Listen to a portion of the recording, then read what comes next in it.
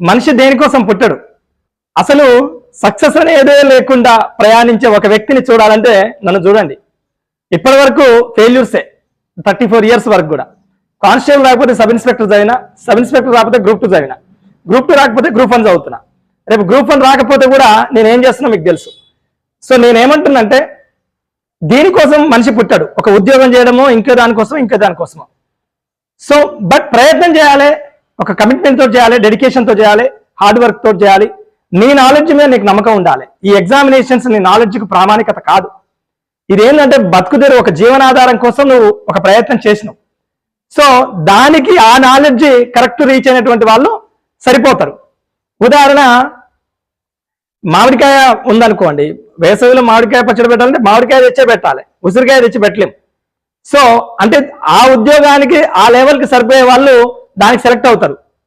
So మీకు ఇంకెక్కువ knowledge ఉండొచ్చు, మీరు దానికోసం ప్రయత్నం చేయండి. నా కానిస్టేబుల్ రానప్పుడు, ఏపీఎస్పీ కానిస్టేబుల్ కూడా రానప్పుడు నేను వేరే దానికి ఆలోచన చేయొద్దు యాక్చువల్గా పెద్ద ఉద్యోగాలకి. సో ప్రయత్నం చేసిన కంటిన్యూగా. Last time group 2 almost all నా స్కోర్ కింద ఉందని తెలిసినా కూడా గ్రూప్ 2లో చివరి వరకు ప్రయత్నం చేయాలని ఒక మొండి ధైర్యంతో ప్రయత్నం చేసిన. ఇంటర్వ్యూ బోర్డు మీద దాడి చేసిన.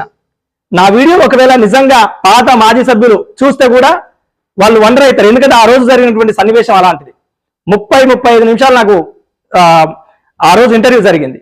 సో వండర్ అయ్యారు, నువ్వు ఈ సర్వీస్ ఎందుకు తీసుకోవద్దు, ఆ సర్వీస్ ఎందుకు తీసుకోవద్దు అని. ఆఖరికి ఏ సర్వీస్ లేకుండా నేను బయటలో ఉండిపోయినా.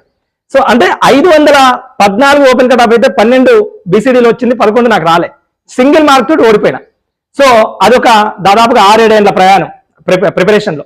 సో అయినా కూడా ఎక్కడ కూడా బాధపడలే, భయపడలేదు. ఓటమి చెందినప్పుడు కొంత నిరుత్సాహం అనేది సర్వసాధారణమే.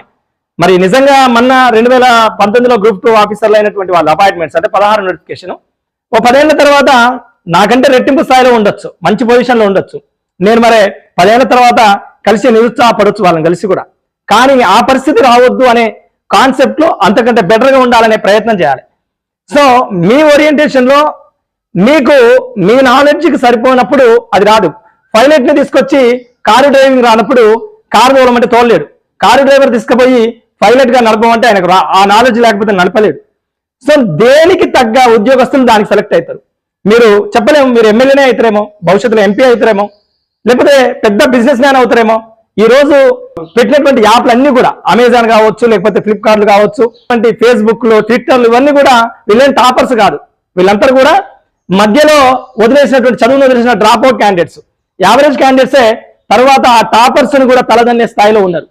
బిల్ గేట్స్ ఒక యావరేజ్ స్టూడెంట్, కానీ ఇలా మన టాపర్స్ అంతా కూడా అక్కడనే పనిచేస్తారు. అంటే ఎప్పుడైనా గుర్తుపెట్టుకోండి, ఫెయిల్యూర్ సక్సెస్ అనేది దీనికే పరిమితం కాదు.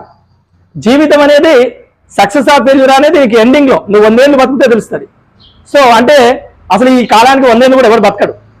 ఎవడెక్కడ చనిపోతే ఏం జరుగుతుందో జరగదు. సో అంటే ఇదే సక్సెస్. నేను 10th ఫెయిల్ అయినా, లేదా నేను ఇంటర్ ఫెయిల్ అయినా, లేదా నాకు కానిస్టేబుల్ రాలేదు, నాకు ఎస్ఏ రాలేదు, నాకు గ్రూప్ 2 రాలేదు, ఇది కాదు. ఇవన్నీ నీ తెలివికి ప్రామాణికత కాదు. ఇది నీ జీవనాధారంలో నువ్వు ముందుకెళ్తున్నటువంటి తరుణంలో ఒక అవకాశం. దానికోసం నువ్వు ఒక ముందుకెళ్లే ప్రయత్నం చేస్తావు తప్ప, ఒక ఆ టైంకు దాన్ని ఎక్కాలనే ప్రయత్నం చేస్తావు తప్ప, అది రాకపోతే ఏం చేస్తావు? బయట మీ ఊరికి పోవాలి, ఎక్కడికో, ఇక్కడ నల్గొండ నుంచి సూర్యాపేటకో లేకపోతే హైదరాబాద్కో పోవాలి. బస్సు కోసం వెయిట్ చేసినావు, కారు వస్తే కారు ఎక్కుతావు, నీ అవకాశం లేదు. బస్సు రాలేదు, ఆగిపోతావా? బైక్ వస్తే బైక్ మీద పోతావు. నీకు ఉన్నటువంటి అవకాశం మేరకు అవసరమైతే కంపల్సరీ పోవాలైతే నడిచి కూడా పోతావు. సో అంటే ఇది రాలేదు, బస్సు రాలేదని అయితే నీ గమ్యాన్ని చేరకుండా ఉండలేవు కదా. సో ఇలా నీకు కానిస్టేబుల్ రాలేదని నీ లైఫ్ లో ఉన్నటువంటి గోల్ని రీచ్ కాకుండా ఆగలేవు కదా. సో నేను చెప్పేది ఏంటంటే, మీరు దీనికోసం పుట్టలేదు, ఏ కానిస్టేబుల్ కో ఏ సబ్ ఇన్స్పెక్టర్ కోసం పుట్టలేదు. ఇంకోటి, అసలు ఆ ఎగ్జామ్ ఫలితాలు కూడా రాలే కదా, మీరు అప్పుడే ఎందుకు బాధపడుతున్నారు? బయట కొంతకాలం రిజల్ట్స్ దాకా చెప్పుకొని మురిసే వాళ్ళు కూడా ఉంటారు. నాకు 400 ఇంత వచ్చినాయి, నాకు 150 వచ్చినాయి, 160 వచ్చినాయి అని. ఎందుకంటే వాళ్ళు అప్పటి వరకే, మీకే ఉద్యోగం వస్తుందేమో. ఓకేనా? ఇంకా మీకు అవకాశం ఉంది. ఇంకా ఈ బయట చెప్పేటటువంటి స్కోర్లను చూసి మీరేం భయపడకండి, భంగపడొద్దు. డెఫినెట్లీ ఇవాళ నువ్వు కానిస్టేబుల్ కాకపోతే నువ్వు ఏ ఎంపీనో, ఎమ్మెల్యేనో, మినిస్టరో, ఏ బిజినెస్ మ్యానో, ఇంకేదైనా అవి అవకాశం ఉంది. కానీ ఇవాళ నువ్వు కానిస్టేబుల్ అయితే కానిస్టేబుల్ మాత్రమే అవుతావు, గుర్తుపెట్టుకో. Thank you so much. మరొక మంచి వీడియోలో మరింత బెటర్గా కలిసే ప్రయత్నం చేద్దాం. జై హింద్. నా డువాడే ఛానల్ చూసే వాళ్ళు భయపడొద్దు. థ్యాంక్ యూ అండి.